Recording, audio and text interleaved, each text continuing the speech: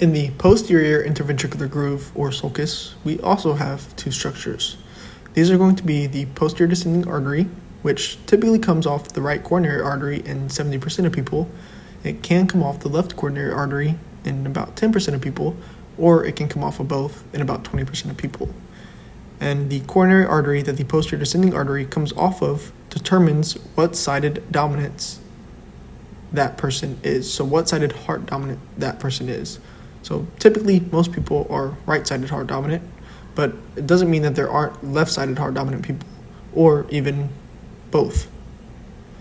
So the posterior descending artery typically comes off the right coronary artery, but it's not the only branch that does.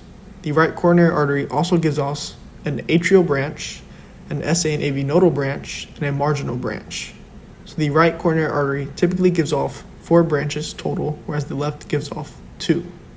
And aside from the posterior descending artery being in this posterior interventricular groove or sulcus, we also have the middle cardiac vein. Just as we had a mnemonic to remember the structures in the anterior interventricular groove, we have a mnemonic to remember those in the posterior. That mnemonic is middle schoolers do PDA in the back. Middle schoolers is set to remind us that the middle cardiac vein sits here.